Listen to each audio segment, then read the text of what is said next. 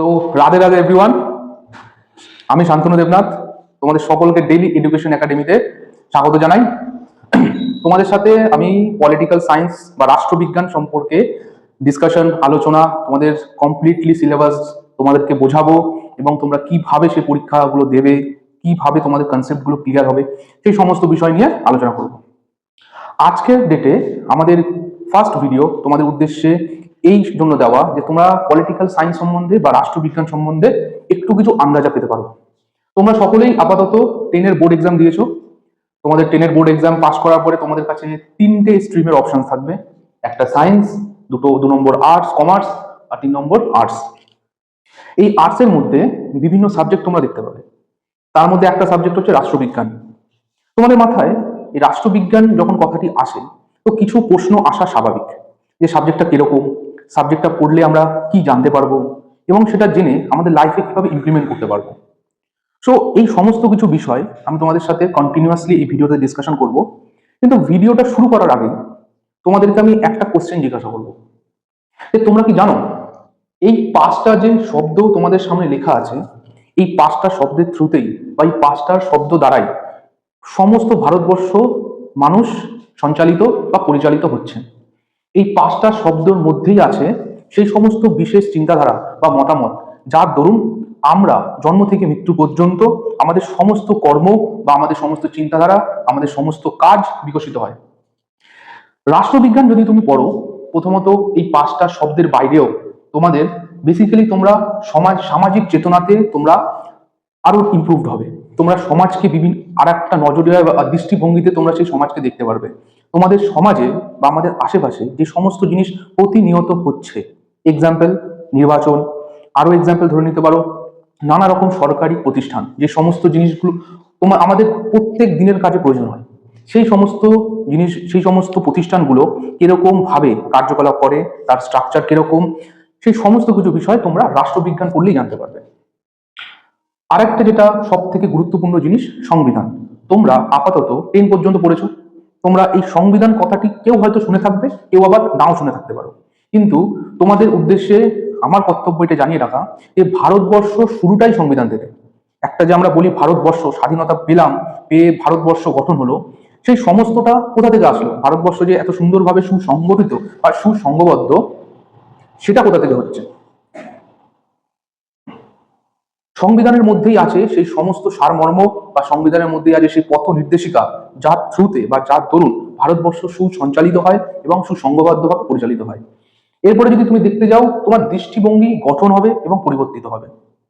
যখন তুমি এই 5টা শব্দ সম্পর্কে অবগত হবে, তখন তুমি সমাজকে একটা অন্য দৃষ্টিকোণ থেকে দেখতে শিখবে, যে সার্বভৌম কথাটির অর্থ কি, সমাজতান্ত্রিক কথাটির অর্থ কি, এবং তার সাথে আরো যে 3-4টে আমি ওয়ার্ড লিখেছি সেই শব্দগুলির মানেটা কি।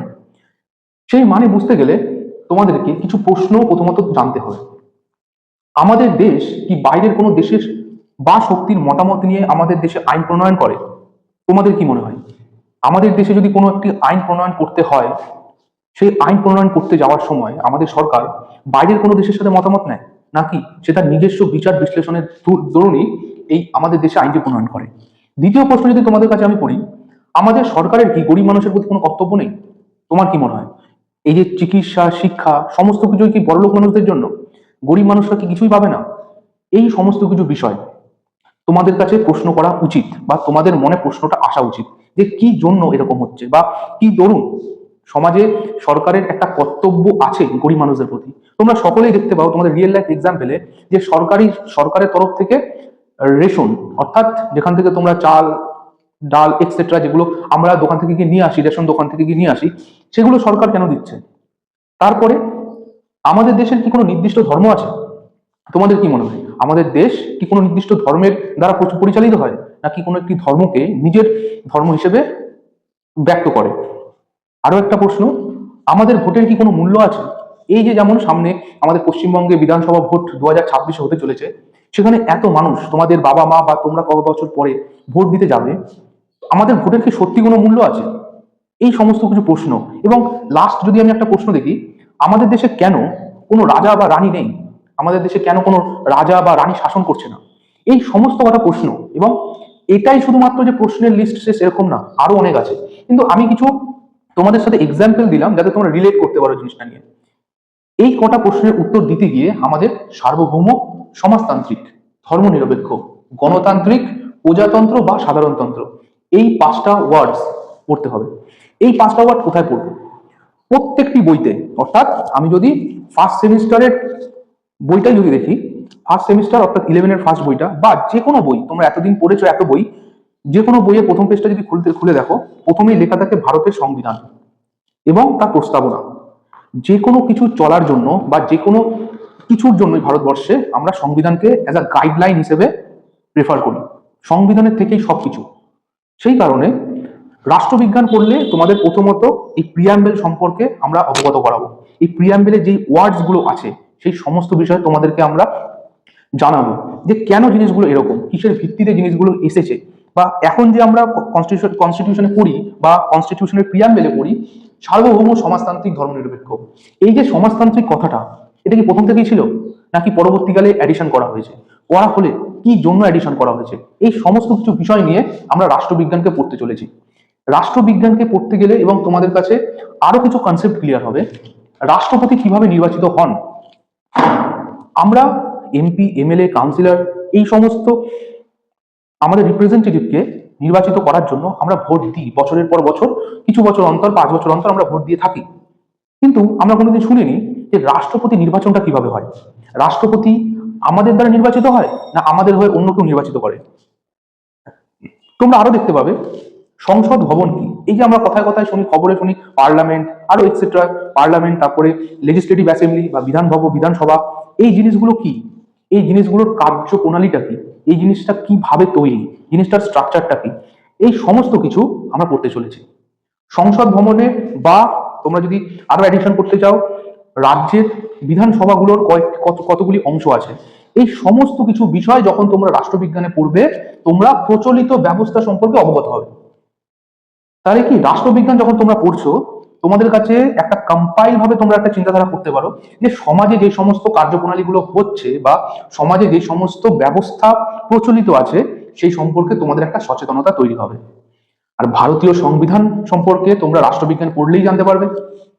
এই দুটো জিনিস যখন তোমরা পড়বে বা রাষ্ট্রবিজ্ঞানকে একটু ডেপথ ভাবে আলোচনা করবে, তখন তোমাদের একটা দৃষ্টিভঙ্গি তৈরি হবে।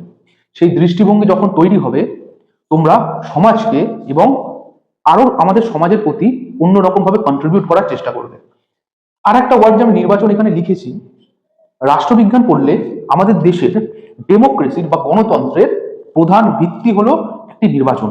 সেই নির্বাচনটা কিভাবে হয়, সেটা কিভাবে সুচারুরূপে নির্বাচন কমিশন সঞ্চালন করে, সেই সমস্ত কিছু বিষয় রাষ্ট্রবিজ্ঞানের মধ্যে আমরা পড়তে পারবো। তো দেখতেই পাচ্ছ কিছু কিছু ছোট ছোট জিনিস আমি এইটুকু জায়গার মধ্যে ধরানোর চেষ্টা করেছি, যাতে তোমাদের আশপাশ থেকে কিছু কিছু জিনিস তোমরা রিলেট করতে পারো যে রাষ্ট্রবিজ্ঞানটা কেন পড়া উচিত এবং রাষ্ট্রবিজ্ঞান পড়লে তোমরা কি কি জানতে পারবে। তো এই সমস্ত কিছু বিষয় পড়ার পরে যদি আমরা একটু তোমাদের পরীক্ষা বা 11-12-এর এক্সাম প্যাটার্ন সম্বন্ধে যদি জানতে চাই, সেক্ষেত্রে তোমরা দেখবে 11-এর ফার্স্ট সেমিস্টার বলে যেখানে ফার্স্ট সেমিস্টার আছে, সেখানে এমসিকিউ টাইপ প্যাটার্নে কোশ্চেন হয়। অর্থাৎ সেখানে তোমাদের কোনো লেখা করতে হবে না, জাস্ট কিছু কোশ্চেন থাকবে, সেগুলো অপশন ভিত্তিক তোমাদের অ্যান্সার মার্ক করতে হবে। কিন্তু যদি তোমরা সেকেন্ড সেমিস্টারে আসো, সেখানে তোমাদের ডেসক্রিপটিভ আছে। অর্থাৎ সেখানে তোমার নিজস্ব দৃষ্টিভঙ্গির থ্রুতে বা দৃষ্টিভঙ্গির মাধ্যমে অ্যান্সার রাইটিং করতে হবে। তো সেই কারণে আমাদের দৃষ্টিভঙ্গিটা পরিবর্তন করতে হবে রাষ্ট্রবিজ্ঞানের যে সমস্ত কনসেপ্ট আছে।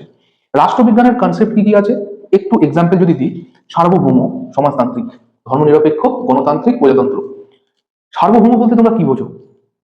ফার্স্ট টার্মে হয়তো তোমাদের কাছে কোশ্চেন আসবে ভারত কি একটা সার্বভৌমত্ব দেশ, কিন্তু তোমাদের কাছে সেকেন্ড টার্মে কোশ্চেন আসতে পারে ভারত সার্বভৌম কেন, বা সার্বভৌম বলতে তুমি কি বোঝো।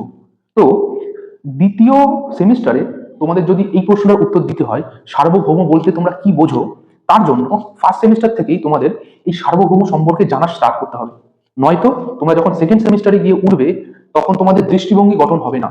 আর দৃষ্টিভঙ্গি গঠন যদি না হয় তোমরা সেই পরীক্ষার খাতায় লিখতে পারবে না। আর লিখতে না পারলে পরীক্ষার খাতায় নাম্বার পাবে না, নাম্বার না পেলে repeat and repeat and repeat. So that's why প্রথম থেকে কনসেপচুয়াল ক্ল্যারিটির পিছনে তোমরা আসবে এবং যাবে। আমাদেরকে যদি তোমরা ফলো করতে থাকো, সো আমরা তো তোমাদের কমপ্লিটলি কনসেপ্ট ক্লিয়ার করবোই। যদি অন্য কোথাও থেকে তোমরা এই বিষয়টাকে পড়তে ইচ্ছুক হও, সেক্ষেত্রে আমি তোমাদেরকে রিকোয়েস্ট করবো বা অ্যাডভাইস দেবো, ধরে নিতে পারো, যে কোনো এমসিকিউর পিছনে ছুটবে না, ছোট কনসেপ্টের পিছনে। সবসময় কনসেপ্টকে ক্লিয়ার করার চেষ্টা করো। যখনই তুমি কনসেপ্ট ক্লিয়ার করতে পারবে, যে কোনো বিষয় তোমার কাছে অত্যন্ত সহজ হয়ে উঠবে। ঠিক সেম জিনিসটাই 12-এর থার্ড সেমিস্টার এবং ফোর্থ সেমিস্টার সেম ভাবে চলবে। এবং ফোর্থ সেমিস্টারের পরে অ্যাজ ইউজুয়াল তোমরা কলেজে যাবে এবং তারপরে তোমাদের কাছে কিছু অপশন চলে আসবে, যেগুলো পরবর্তী ভিডিওতে তোমাদের সাথে ডিসকাশন করব। এবং আশা করি তোমাদের সমস্ত ভিডিওটা ভালো লাগবে, তোমরা আমাদের সাথে থাকবে, আমি সম্পূর্ণ কনসেপ্ট ক্লিয়ার করার চেষ্টা করবো। Thank you, bye by.